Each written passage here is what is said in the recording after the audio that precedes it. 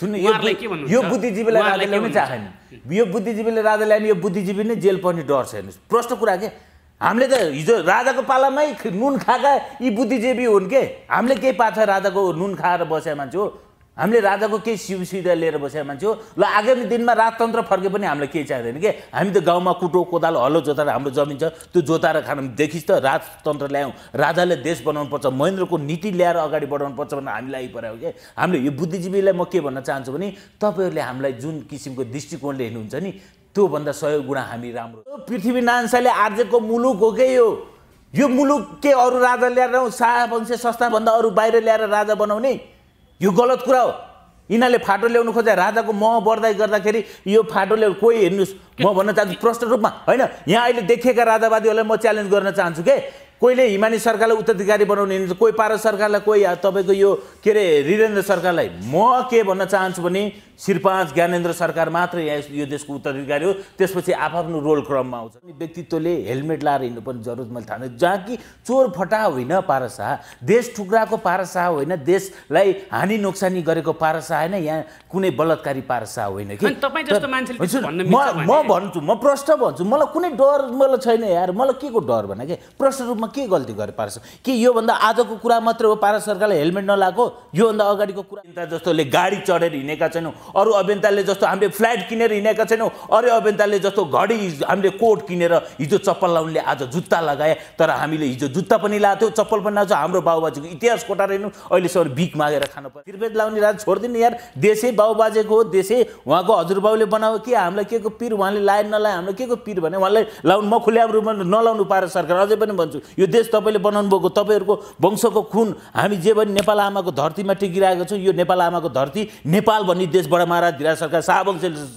सरकारले यो देश आर्जेको मुलुक त्यही भएर उहाँले केही पनि नलाए केही पनि उहाँको नाम बेचेर खान्छ उसले गर्छ हेर्नुहोस् राजाको नाम बजाएर खाने होइन ती राज संस्था चाहने मान्छे नै होइन भने तपाईँ चाहनुहुन्छ कि हुँदैन म त अभियसली म मेरो अन्तिम सास भन्ने मान्छेलाई के भन्नु म ती भन्ने व्यक्तिलाई तपाईँ यदि सक्षम तपाईँ यदि साँच्चीकै राजतन्त्र चाहनुहुन्छ भने मिल्नुहोस् न तपाईँहरू मिल्न चाहनु भएन हामी त मिलाउन दरबारबाट एक सुकाके एक 5 पैसा भनिन्छ नि बाजे 5 पैसा पनि हामीले राजाको नाम राजाको दरबारबाट ल्याएर खाएको प्रमाण लिएर आउनुहोस् र नेपाली जनताहरूबाट 1 रुपियाँ उठाएर हामीले खाएको मात्र भात तरकारी खाएको अथवा चिया खाएको मात्रै प्रमाण लिएर आउनुहोस् हामी टुडी खेलमा गएर झुन्डेन राजाको ठाउँमा उहाँले जनताको नासो जनतालाई नै सुम्पिदिएको एज अ राइट कुरा हो यो हामी मान्न चाहन्छौँ तर हाम्रो मनमा अझै पनि राजै रहनु भएको छ हामीले पूर्व भन्दैनौँ हामी राजालाई राजाकै स्थानमा दिइरहेको छौँ उहाँ सिंहासनमा नबस्नु भएको मात्रै हो यो देशको लागि हामीले सर्व नेपाली जनताको लागि कतिपयको लागि नहोला तर हाम्रो लागि हामी जस्तो राजभक्त हामी जस्तो देशभक्त हामी जस्तो राष्ट्रवादीको लागि राजा म त प्रष्ट छु हामीसित जोडिने साथीभाइहरू पनि कुनै एजेन्टसित जोडेको छैन विशुद्ध रूपमा हामी नेपाल राष्ट्रवादी आमाको धरतीपुत्रमा जन्मेका पुत्रहरू कुनै देशको गुलामी गरेर जन्मेको छैन हामी यहाँ पनि म के दर्शाउन चाहन्छु भने हामी दरबारबाट पैसा लिएर पनि सञ्चालित भएको होइन हामी स्वचालित व्यक्ति हो आफ्नो खुबी आफैसित छ हामी राजतन्त्र सहितको प्रजातन्त्र यो देशमा स्थापना गर्न विखण्डन गर्ने काम गर्यो माओवादीले जस्तो हतियार उठाएर देशलाई विखण्डन जनताको छोरी मार्ने काम गर्यो म प्रश्न गर्न चाहन्छु नेपाली जनतालाई आफ्नो लाइफस्टाइल हो बाँच्न पाइन्छ तर युवराज भएको दिनबाट यो गलत कार्य काम छोड्नुपर्छ भन्ने मेरो मान त्यता थियो भने हिजो निर्मला पन्तको केस जोडेर उसलाई कानुनको दायरामा ल्याउन सक्नुपर्छ हेलमेटको कुरा गरेर आज कानुनको कुरा नसिक्नु कानुन कहाँ छ यो देशमा भने के कानुन नै छैन यो देशमा तपाईँको कुरा सवाल नागरिकले यसलाई सानो कुरा लिनुहुन्छ यसलाई ठुलो रूप बनाउनु भयो के म आम नेपाली जनतालाई प्रश्न गर्न चाहन्छु के निर्मला बलात्कारको केस कहाँ गयो आज मनोहर भण्डारी जस्तो व्यक्तित्व मर्यो आज राष्ट्रपति जस्तो उच्च पदमा उहाँको श्रीमती कहाँ निकाल्न खोज्यो आज यो केसहरू खोइ त आज कानुनको कुरा तस्मिन तपाईँले हाइलाइट थापाइसक्नु भएको छ आज हामीसँग को हुनुहुन्छ भनेर नगेन्द्र देउजा हुनुहुन्छ स्वागत छ सर हजुरलाई एकदम धन्यवाद यहाँलाई पछिल्लो समयमा हेलमेट काण्ड भनेर चिनिन्छ बजारमा जुन भनौँ न हेलमेट नलगाएको भन्दै प्रहरीसँग वादविवाद भएको थियो त्यो कुरालाई यहाँले कसरी लिनु भएको छ पारसको यो हेलमेटको विषयलाई अलिकति चर्चा उपचर्चामा आयो यो वास्तवमा सामान्य जस्तो लाग्छ मलाई जहाँ कि तपाईँको के छ भन्दाखेरि आज देशको स्थिति कहाँ गुज्रेको छ नेपाली जनताले के पाए गणतन्त्र आएपछि 15 वर्षको बिचमा र तपाईँ के छ भन्ने खोज्दाखेरि मैले प्रष्ट रूपमा के भने आज नेपालमा रहेका अधिकांश नेपाली जनताका छोरछोरीले के राहत पाए त? त्यो मात्र होइन, आज तपाईँको खुलेआम रूपमा निर्मला पन्तको हत्यारा घुमिरहेको देश, खुलेआम रूपमा तस्करहरू घुमिरहेको देश, खुलेआम रूपमा भ्रष्टाचारीहरू घुमिरहेको देश, खुलेआम रूपमा तपाईँको भूमाफियाहरू घुमिरहेको मेरो देशमा आज हेलमेटको चर्चा उपचर्चा चल्यो। यो कुरा गलत। तर नागरिकहरूले त नागरिकहरूले के आवाज उठाइराखेका छन् भन्दाखेरि राजा होस् या राजाको छोरो होस् या जनता होस्, सबैलाई समान कानुन हुनुपर्छ, कानुनको पक्षपात हुँदैन, सबै सर्वसाधारण र उच्च ओहदामा बस्ने मान्छेहरूलाई पनि सेम कानुन हुनुपर्छ। किन विरोधमा सडकमा निस्के पारसका समर्थनहरू भनेर एउटा गुनासो गरेका छन्? होइन, गुनासो स्वाभाविक रूपमा हो, गुनासो गर्नु स्वाभाविक हो, त्यसलाई हामीले अन्यथा लिएको छैन र तसर्थ हेलमेट लाउँदा आफ्नो सुरक्षा पनि हो, यसमा मैले बारम्बार भनेछु उहाँको सुरक्षा। तर के छ भन्दाखेरि आज हेलमेटको केसलाई नचाहिने रूपमा लियो, त्यसलाई हामीले के भन्नु खोज्छ। तर हेलमेट नलाउनु पारसको गल्ती थियो? त्यसमा मलाई लाग्छ मलाई गल्ती लाग्दैन। मैले चाहिँ प्रष्ट वक्ता, मलाई गल्ती किन लाग्दैन? सिरपेज लगाउने व्यक्तित्वले हेलमेट लाएर हिँड्नुपर्ने जरुरत मैले थाहा छैन। जहाँ कि चोर फटा होइन पारसा, देश टुक्राको पारसा होइन, देशलाई हानि नोक्सानी गरेको पारसा होइन, यहाँ कुनै बलात्कारी पारसा होइन कि। म भन्छु, म प्रष्ट भन्छु, मलाई कुनै डर मलाई छैन यार। मलाई के को डर भने के प्रष्ट रूपमा के गल्ती गरे पारसा? के योभन्दा आजको कुरा मात्रै हो पारस सरकारले हेलमेट नलाएको? योभन्दा अगाडिको कुराहरू खोइ तपाईँको पोखरामा हेर्नु न, खुलेआम रूपमा प्रहरीले सलाम नागरिकलाई त हेलमेट नलगायो भने कारबाही हुन्छ नि त। त्यो त खुलेआम रूपमा गर्न सक्नु पर्यो नि त। तर योभन्दा अगाडि पारस शाहले के पनि भनिसकेका छन् भन्दाखेरि म राजा होइन, युवराज होइन, म जनता हो, म पनि जनता हो भनेर अभिव्यक्ति दिइसकेका छन्। उहाँले म राजा भनेको होइन, म राजावादी होइन, त म नेपालवादी हुँ भनेर बोल्नुभयो। उहाँ नेपालवादी हो, हामी राजावादी। पुँजीवादीलाई कानुन नलाग्ने हो होइन? सुन्नु न, यो सत्तामा रहेका सामन्तीहरू र राजावादीमा के फरक भयो? राजावादीहरूमा के छ तपाईँले सुन्नु, कानुनको आफ्नो हिसाबमा छ कि अहिलेको कानुन। तपाईँले के कानुन गर्नु? यो संविधान आएदेखि, यो गणतन्त्र आएदेखि कहाँ चाहिँ कानुनको कुरा गर्नु छ? कानुन के राजाको उसमा छ? यदि त्यो कानुन सत्यता थियो भने हिजो निर्मला पन्तको केस जोडेर उसलाई कानुनको दायरामा ल्याउन सक्नु पर्दैन। हेलमेटको कुरा गरेर आज कानुनको कुरा नसिक्नु। कानुन कहाँ छ यो देशमा भने के? कानुन नै छैन यो देशमा। तपाईँको कुरा सवाल नागरिकले यसलाई सानो कुरा लिनुहुन्छ, यसलाई ठुलो रूप बनाउनु भयो के? म आम नेपाली जनतालाई प्रश्न गर्न चाहन्छु, के निर्मला बलात्कारको केस कहाँ गयो? आज मनोहर भण्डारी जस्तो व्यक्तित्व मर्यो, आज राष्ट्रपति जस्तो उच्च पदमा उहाँको श्रीमती कहाँ निकाल्न खोज्यो आज यो केसहरू? खोइ त आज कानुनको कुरा मान्छेले सामाजिक सञ्जालबाट विरोध गर्दै के भनेको छ भन्दाखेरि हामी सर्वसाधारणलाई हेलमेट नलगाएमा कारबाही गर्ने, राजाको छोरालाई कारबाही नगर्ने, पारस शाहलाई कारबाही नगर्ने, यस्तो पनि हुन्छ नेपालको कानुन भने उहाँहरूलाई के भन्नुहुन्छ? उहाँलाई म सिधा प्रश्न, तपाईँहरू यो सानो केसको तपाईँ के अरे यो कानुनको तिर्न आज ठुल्ठुलोको घटनाको तिर यो विषयमा हामी एकछिनपछि आउनेछौँ। यो विषयमा होइन, यो विषय किन कारबाही गर्ने? जहाँ सिरबेद लाउने राज छोडिदिनु यार। देशै बाउबाजेको हो, देशै उहाँको हजुरबाउले बनायो कि हामीलाई के को पीर उहाँले लाए नलाए हामीलाई के को पीर भने उहाँलाई लाउनु। म खुलेआम रूपमा नलाउनु पाएर सरकार अझै पनि भन्छु, यो देश तपाईँले बनाउनु भएको, तपाईँहरूको वंशको खुन हामी जे पनि नेपाल आमाको धरतीमा टिकिरहेको छौँ। यो नेपाल आमाको धरती, नेपाल भन्ने देशबाट महाराज धिराज सरकार शाहवंश सरकारले यो देश आर्जेको मुलुक, त्यही भएर उहाँले केही पनि नलाए केही पनि फरक पर्दैन। हामीले लाउनु पर्छ, फेरि हामीले कानुन पालन गर्नुपर्छ। फेरि यसो भन्दै पारस सरकारले मान्छे मार्नुपर्छ, पारस सरकारले नेपाली चेलीबेटीलाई बलात्कार गर्नुपर्छ, पारस सरकारले देश टुक्राउनुपर्छ भन्यो भने उहाँले हेलमेट र यो कुरामा केही फरक पर्दैन, नलाए हुन्छ। तर पछिल्लो समयमा के भनेको छ भन्दाखेरि सडकमा आउने राजावादी नै होइन भनेर अभिव्यक्ति दिँदै हिँडेछन् केही मान्छेहरू, के भन्नुहुन्छ? सडकमा आउने राजावादी त्यो राजा आऊ देश बचाऊ भन्ने मान्छे, राजा ल्याऊ देश बचाऊ भन्ने मान्छे यी रका एजेन्ट हुन्, सिआईका एजेन्ट हुन्, यी असली राजावादी होइनन् भनेर मान्छेले चाहिँ के भन्नुहुन्छ हजुर? उहाँ नै रको एजेन्ट हो, उहाँ सिआईको एजेन्ट हो, उहाँ अमेरिका एजेन्ट हो। म भन्न चाहन्छु यदि हामीलाई सुन्न होइन, म भन्न चाहन्छु त्यस्तो व्यक्तित्वलाई के बिना प्रमाण म तमाम राजावादी केही हुनसक्छ है, यसमा हुनसक्छ, फेरि म हुँदिनँ भन्दैन। तर हामीले गरिरहेको अभियान जहाँसम्म लाग्छ म त प्रष्ट छु, हामीसित जोडिने साथीभाइहरू पनि कुनै एजेन्टसित जोडेको छैन। विशुद्ध रूपमा हामी नेपाल राष्ट्रवादी आमाको धरतीपुत्रमा जन्मेका पुत्रहरू, कुनै देशको गुलामी गरेर जन्मेको छैन हामी। यहाँ पनि म के दर्शाउन चाहन्छु भने हामी दरबारबाट पैसा लिएर पनि सञ्चालित भएको होइन, हामी स्वचालित व्यक्ति हो। आफ्नो खुबी आफैसित छ। हामी राजतन्त्र सहितको प्रजातन्त्र यो देशमा स्थापना गर्न चाहन्छौँ। हामी हिन्दू राज्य नेपाल यो देशमा स्थापना गर्न बदनाम चाहन्छौँ। गर्नुभयो, राजाको नाम सडकमा लिएर राजाको कुरा सडकमा लिएर बदनाम गर्यो, त ती असली राजावादी होइनन् भनेर मान्छेहरूले चर्को आलोचना गरिराखेका छन्। चर्को आलोचना त जसले उहाँको नाम बेचेर खान्छ उसले गर्छ। हेर्नुहोस्, राजाको नाम बजाएर खाने होइन, ती राज संस्था चाहने मान्छे नै होइन भने तपाईँ चाहनुहुन्छ कि हुँदैन? म त अभियसली मेरो अन्तिम सास भन्ने मान्छेलाई के भन्नु? म ती भन्ने व्यक्तिलाई तपाईँ यदि सक्षम, तपाईँ यदि साँच्चीकै राजतन्त्र चाहनुहुन्छ भने मिल्नुहोस् न। तपाईँहरू मिल्न चाहनु भएन, हामी त मिलाउन चाहन्छौँ। हामीलाई कुनै हेर्नु, म विनम्रका साथ अनुरोध गर्न चाहन्छु, नगेन्द्र देउजाले राज संस्थामाथि केही बोलिराख्दाखेरि राज संस्थालाई ब्याक हुन्छ भने नगेन्द्र त पछाडि बसेर ताली बजाउनु पनि तयार छ कि।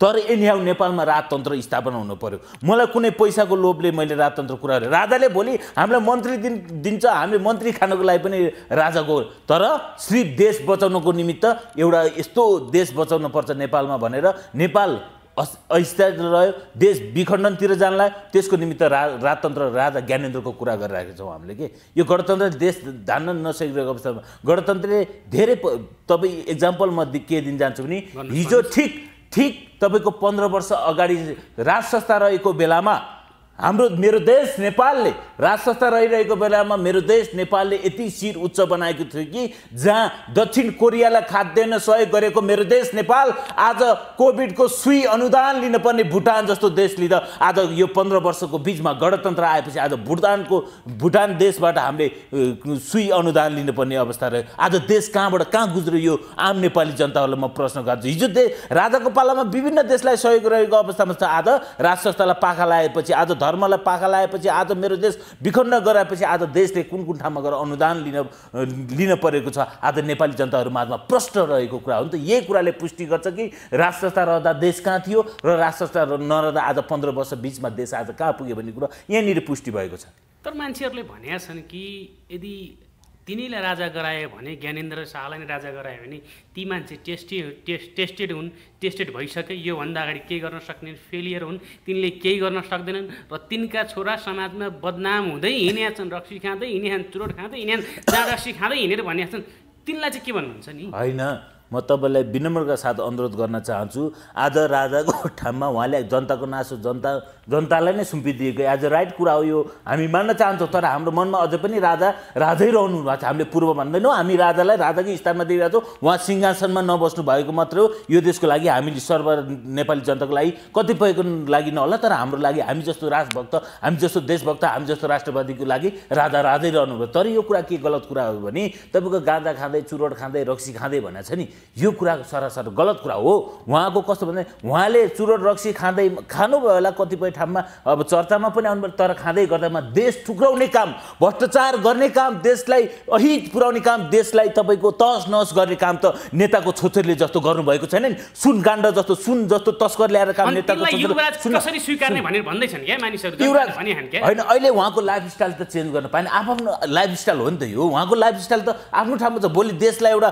युवराज जस्तो व्यक्तित्व भएपछि त उहाँले गर्नु न, पक्कै पनि हामीलाई विश्वास छ उहाँ यो देशप्रति वफादार हुनुहुन्छ के। हामीलाई देशप्रति वफादार चाहियो के, देशलाई हामी नेपाली जनतालाई सुख र आनन्द दिने हामीलाई युवराज चाहिएको थियो। तर उहाँले पक्कै नै, मलाई विश्वास छ उहाँ पक्कै नै यो मामलामा उहाँ एकदम 100% गुणा ठिक हुनुहुन्छ। तर यो काण्डमा कुनै, म तपाईँलाई त्यतिखेर पनि तत्कालीन पुष्पकमल दाहाल प्रधानमन्त्री हुँदाखेरि, कृष्णबहादुर सिटौला गृहमन्त्री हुँदाखेरि सुदताको ज्वाइँ रुबेल चौधरी काण्ड तपाईँले थाहा पाउनुभयो होला। त्यतिखेर देशको हानि नोक्सानी कहाँ पुर्याउँदाखेरि भारत सरकारले आज त्यो घटना नकुटाइदिएको भए आज देश कहाँबाट कहाँ पुग्थ्यो भनेर आम नेपाली जनतालाई म सोध्न चाहन्छु के। त्यतिखेर पनि भारत सरकारको मोह देखेनौँ हामीले। लाखौँ हजारौँ नेपाली जनताहरू सडकमा भरतपुर चितवनको सदरमुकाममा उत्रेर भारत सरकारको जय जयकार गरेको होइन। उहाँले देशलाई विखण्डन गर्ने काम गर्यो, माओवादीले जस्तो हतियार उठाएर देशलाई विखण्डन, जनताको छोरी मार्ने काम गर्यो। म प्रश्न गर्न चाहन्छु नेपाली जनतालाई, आफ्नो लाइफस्टाइल बाँच्न पाइन्छ, तर युवराज भएको दिनबाट यो गलत काम छोड्नुपर्छ भन्ने मेरो मान्यता हो।